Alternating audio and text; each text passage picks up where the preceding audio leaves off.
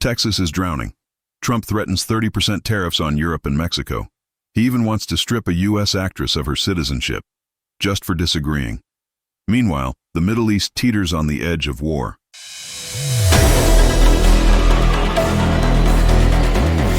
Take a moment to think about them. The ones whose lives were lost when the waters came too fast, too strong. Maybe they were just going to work, coming home, or sleeping peacefully. And suddenly, their world disappeared beneath the flood. In cities like Houston, Austin, Dallas, power grids failed. Entire communities were left in darkness, waiting for help. Rescue teams worked tirelessly. They used boats to reach those stranded on rooftops. Mothers clinging to their children. Elderly couples holding hands, waiting for a miracle. But not every story had a happy ending. At least 120 lives were lost. Children who would never grow up. Grandparents who spent their final moments waiting for rescue. Ordinary people, gone too soon, too suddenly. And among them, heroes. Firefighters, volunteers, neighbors, who stepped into danger without hesitation, risking their own lives so that others might live. Texas has seen floods before, but this one will be remembered not only for its destruction, but for the incredible courage, compassion, and unity that emerged through the storm.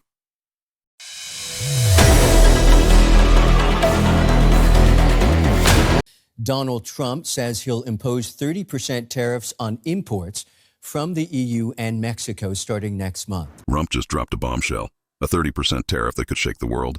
His targets? Europe and Mexico. In a bold announcement this morning, former President Donald Trump, now leading in the 2025 election polls, declared he will impose up to 30% tariffs on imports from the European Union and Mexico. Why? According to Trump, they've been taking advantage of America for too long. It's time we fight back. The EU responded immediately, calling it a provocation that could severely disrupt global supply chains. Mexico stayed silent, but sources say their officials are scrambling to prepare a response to keep ties with Washington intact. This isn't just about trade, it's a warning shot. If Trump returns to the White House, the era of polite diplomacy may be over. He's ready to use economics as a weapon, and the world is starting to feel the heat. A global trade war could be closer than we think. President Trump has announced he is considering revoking Rosie O'Donnell's U.S. citizenship, claiming she is not in the best interests of the country. Unbelievable. A former U.S. president wants to strip someone's citizenship just for speaking out. Donald Trump, never one to hold back, made headlines again when he said he's considering stripping U.S. citizenship from actress Rosie O'Donnell, a longtime critic of his presidency. Trump said, if someone hates America that much, maybe they don't deserve to be a citizen. Legal experts were quick to react, warning that such a move would violate the 14th Amendment, which protects all Americans born on U.S. soil. But Trump supporters cheered him on, shouting, if she hates this country, why is she still here? The real question, if Trump wins again, could free speech in America come under fire?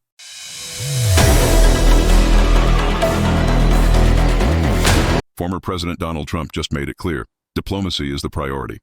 But if Iran moves toward building a nuclear bomb, Israel should strike again.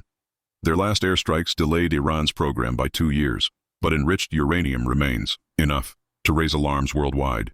Trump stands with Netanyahu and Israel, ready for the next move. After the 12-day war, Israel's no longer just watching Iran. They've expanded airstrikes into Lebanon, Syria, even Yemen. This isn't just about defense, it's about keeping enemies in check, everywhere. But critics warn, this endless mowing of the grass may trap the region in a forever war, with growing international fallout. Operation Midnight Hammer destroyed 18,000 centrifuges. But Israeli intelligence believes Iran kept around 408 kilograms of uranium enriched at 60%. That's enough to build 9 nuclear bombs if pushed to 90%.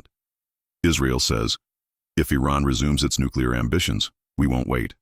On July 11th, Iran released video, a missile destroying a U.S. radar dome at Al Udeid base, Qatar.